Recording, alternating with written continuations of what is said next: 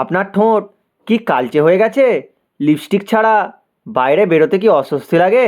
তাহলে এই ভিডিওটা একদম শেষ পর্যন্ত দেখুন, কারণ আমি আজকে আপনাকে বলবো 5টি ঘরোয়া উপায়, যেগুলো করলে কোনো কেমিক্যাল ছাড়াই ঠোঁট হবে গোলাপি।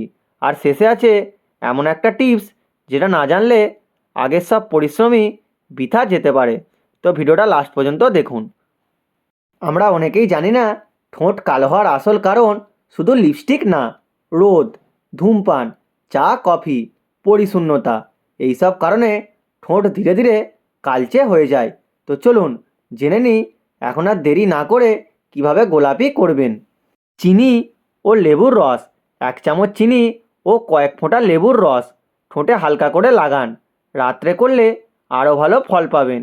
ঠোঁটের কালচে ভাব কমায়, ঠোঁটে রক্ত চলাচল বাড়ায়, যার জন্য ঠোঁট লাগে গোলাপি।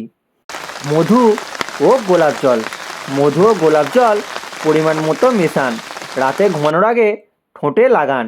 এটা করলে ঠোঁট নরম হয়, প্রাকৃতিক গোলাপি রং আসে। এটা এমন একটা টিপস যেটা অনেক অভিনেতা ও অভিনেত্রী ফলো করে। বিটের রস, বিটের রস তুলোতে নিয়ে ঠোঁটে লাগান, 10 মিনিট পর ঠোঁট ধুয়ে ফেলুন। এটা করলে প্রাকৃতিক সিল্ক আসে, কোনো সাইড এফেক্ট নেই। নারকেল তেলের ম্যাসাজ, ঠোঁটে নারকেল তেল লাগিয়ে দিনে 2বার হালকা ম্যাসাজ করুন, ঠোঁট ফাটা বন্ধ হয়, ঠোঁটের কালচে দাগ ধীরে ধীরে কমে।